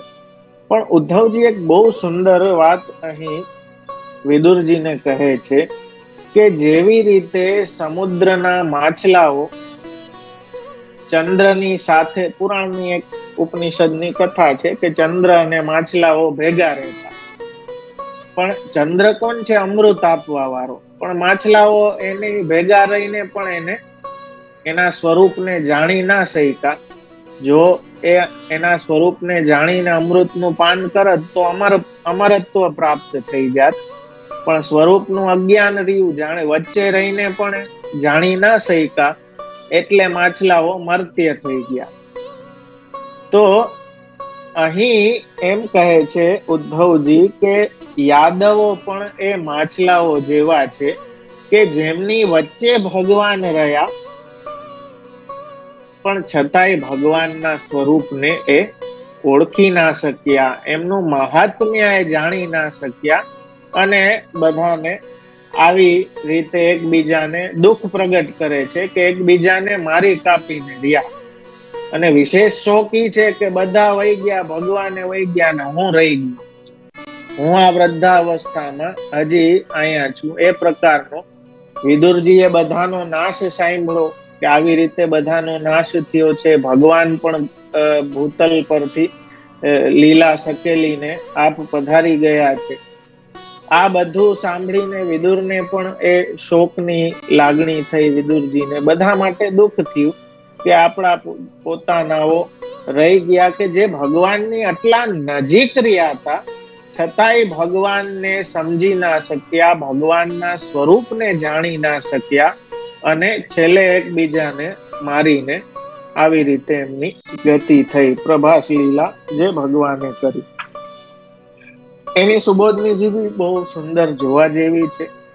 એનો ભી આપણે આવતીકાલે અવગાહન કરશું. સમય ભગવાનની કાલની સૃષ્ટિ, કાલનો સર્ગ જ એવો છે કે આપણે કાલના એ સ્વરૂપમાં બંધાયેલા છીએ, એટલે સમયની ભી થોડી છે. પણ જેટલી સમય આપણને પ્રાપ્ત થાય એનો આપણે જેટલો રસ, જેમ પહેલાથી જ મેં કહ્યું ને કે એપેટાઇઝર છે, આ તો ભૂખ ઉઘાડવા માટે છે. આખું ભોજન તો પીરસાય એમ નથી, પણ તમારી ભૂખ ઉઘડે ને એટલે આ દેવામાં આવે છે કે પછી તમે આને વિશેષ જાણવા માટે પોતે આપ પ્રયત્નશીલ થાવ. કેમ કે મહાપ્રભુજી આજ્ઞા કરે છે કે પઠનીય પ્રયત્નેન સર્વ હેતુ વિવર્જિતમ. ભાગવતજી પ્રયત્ન પૂર્વક વાંચો, પોતે વાંચો, ભક્તિના ઉદ્દેશ્યથી વાંચો, સર્વ હેતુ વિવર્જિતમ, કોઈ હેતુ વગર, પ્રયોજન વગર વાંચો, ભક્તિના ઉદ્દેશ્યથી. કેમ કે ભગવદ લીલા નું વાંચન કરવું ગમે છે. એ રીતે ભાગવતનું પઠન કરો તો એ રુચિ આપણી દરેકની એમાં પ્રગટે. એના માટે મારા વાલા આ ક્રમ બહુ સુંદર સ્મિતાબેનના મનોરથ રૂપે આપણે કંઈક આપણા અધિકાર અનુસાર આનું રંચક સ્વાદ લઈ શકીએ છીએ દરેક સ્કંધોનો. આનાથી આપણને એ ભી ખ્યાલ આવે કે 7 દિવસમાં ના થાય મારા વાલા, આખું ભાગવતજી કઈ રીતે થાય. આ તો આખું જીવન ટૂંકું પડે એક એક શ્લોકમાં. જેમ મુકુંદાસની વાર્તામાં આપણે જોઈ ગયા આપણા પહેલાના સેશનમાં, કે એક શ્લોક એમણે ચલાવ્યો, પેલો થાકી ગયો કે આ કેટલું ચાલશે, આખી રાત વહી ગઈ, હજી તમે એક શ્લોક થી આગળ નથી વધ્યા, હજી આનું કેટલું વિવેચન છે. તો મુકુંદાસે કહ્યું કે હજી તો આ 6 મહિના ચાલશે. તો એટલો રસ આમાં ભરેલો છે મારા વાલા. નચ દ્રષ્ટા સુબોધિની વ્રથા તજ્જન્મ ભૂતલ.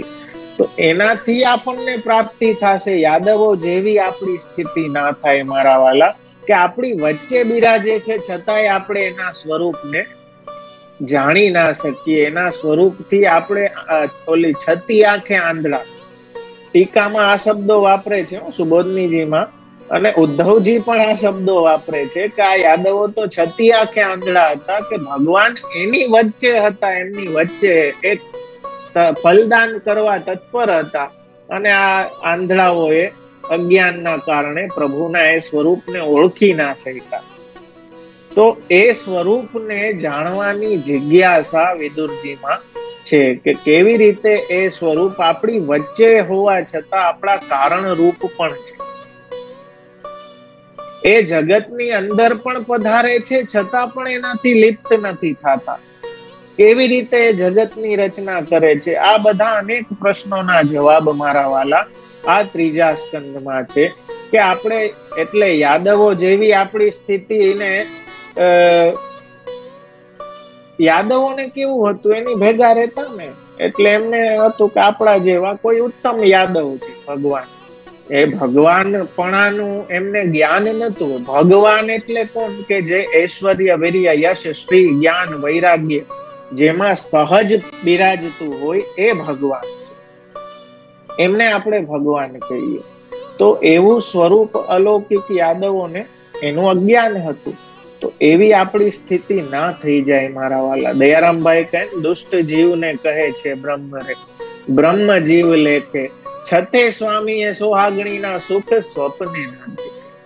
તો આપણી વચ્ચે મહાપ્રભુજીની કૃપાથી આપણા ઘરે આપણી સામે બિરાજતા હોય તો બસ હંમેશા યાદ રાખવું કે મહાપ્રભુજીની વાણીથી વરેલા રહેશું ને તો એ સ્વરૂપનો અનુભવ, એનું જ્ઞાન આપણને થશે. બાકી યાદવો જેવી આપણી સ્થિતિ ના થઈ જાય કે એમની જેમ ચંદ્ર અને માછલાઓ સાથે રહ્યા પણ છતાંય ચંદ્રના એ અમૃતપણાને માછલાઓ પ્રાપ્ત ના કરી શક્યા અજ્ઞાનના કારણે. એવી યાદવોની સ્થિતિ અહીં દુઃખ ઉદ્ધવજી પ્રગટ કરે છે. વિદુરજીના પ્રશ્નથી ઉદ્ધવજીને બધી ભગવદ લીલાઓની સ્મૃતિ થવામાં આવે છે ને કેટલી બહુ જ બ્યુટીફુલી ઉદ્ધવજી સંક્ષિપ્તમાં કૃષ્ણ લીલા આખી કહે છે. આગળના અધ્યાયોમાં એક એક લીલાઓને કહે છે. એનો ભી રસ આપણે આવતીકાલે લેવાનો છે કે એ 2 અધ્યાયોમાં ભગવાનની લીલાઓને સંક્ષિપ્તમાં યાદ કરે છે કે પ્રભુ આવા છે, પ્રભુ આવા છે. આ બધી લીલાઓ યાદ કરાવીને માઇન્ડ ઇટ હો, આ સર્ગ લીલાને અંતર્ગત જ છે. એ બધી લીલાઓને યાદ કરાવીને આ ક્રિએશન કેવું છે ને આનો ક્રિએટર કેવો છે એ વાત આપણને સમજાવવા માંગે છે કે ભગવાન વિરુદ્ધ ધર્માશ્રયી છે. એ અજન્મા છે છતાંય જન્મે છે. એ મુક્ત છે, સર્વતંત્ર સ્વતંત્ર છે છતાંય બંધાઈને રહે છે ભક્તના ઘરે. એ કામના રહિત છે છતાંય લીલા કરે છે. આવા અનેક પ્રકારના જે વિરુદ્ધ ધર્મો છે એનું વર્ણન આ સર્ગમાં કરવામાં આવ્યું છે. અને ભક્તને અલૌકિક તન્માત્રાઓ, અલૌકિક ભૂત ઇન્દ્રિયોની પ્રાપ્તિ, એ સર્ગનું વર્ણન અહીં કર્યું છે. એને મારા વાલા આપણે આવતીકાલે જોશું ફરીથી આપણા 10 વાગ્યાના ક્રમથી. જેટલું લઈ શકીએ એટલું 4 દિવસમાં એક આનું માળખું, એક સ્ટ્રક્ચર ખાલી ત્રીજા સ્કંદનું આપણે થોડું સમજી લઈએ ને પછી આપ ડિટેલથી એને વાંચો. હું તો આશા રાખું જ છું ને આપ બધા તો બહુ ઉત્તમ છો, આપ વાંચશો જ એવો મને ભરોસો છે હૃદયથી. તો પછી આપ એને આ ભી થોડું મેં સ્પીડમાં લીધું, પણ એ પહેલો અધ્યાય, બીજો અધ્યાય વાંચશો તો આજનું જે કાંઈ આપણે સાંભળ્યું છે ને એનો એક આપને સ્ટ્રક્ચર ખ્યાલ આવી જશે કે કઈ રીતે વિદુરજીની કથા છે, કેવી રીતે આમાં અધિકાર સંપાદન છે, એમની ઉત્તમતા બતાવી છે. તો એ આપ પછી એને ડિટેલથી ઘરે ભાગવતજીને વાંચો. નિત્ય ભાગવત હંમેશ મુજબ પહેલા સ્કંદમાં, બીજામાં, આજે ત્રીજો આપણે પ્રારંભ કર્યો, એમાં બી હું કહીશ, વારે ઘડીએ કહીશ કે મૈરા પછી નહીં મારા વાલા, સાથે ભાગવત રાખો. ભાગવત પછવાડે નહીં, ભાગવત સાથે રાખો. બસ એ સૂત્રને પકડી લ્યો. નિત્ય એક અધ્યાય તો એક અધ્યાય નિત્ય વાંચવાનો ક્રમ રાખો. વૈષ્ણવને ત્યાં તો નિત્ય ભાગવત. આ ભાગવતનો રસ આપણા આચાર્ય ચરણે આપણને સુબોધની સ્વરૂપે પીરસો છે. તો એનો રસ થોડો થોડો લેતા જાશો તો એનાથી, એમની કૃપાથી એ મહાત્મ્ય જ્ઞાન અને સુદૃઢ સ્નેહની પ્રાપ્તિ વલ્લભની કૃપાથી આપણને થશે. તો એટલું અહીં વિનંતી સાથે આશ્રયનું પદગાન કરશું. આજના ક્રમને આપણે વિરામ આપશું. આવતીકાલે આપણે આ પ્રકરણને આગળ વધારશું અને સૃષ્ટિની જે ક્રમ મૈત્રેય ઋષિએ ઉદ્ધવજીને સમજાવ્યો એને ભી આપણે વિસ્તારથી જોશું. દ્રઢઈના ચરણ કેરો ભરોસો, દ્રઢઈના ચરણ કેરો. શ્રી વલ્લભ નખ ચંદ્ર છટા બિના, સબ જગ માજ અંધેરો ભરોસો, દ્રઢઈન ચરણ केरो. साधन और नहीं या कली में, जासु होत निवेरो.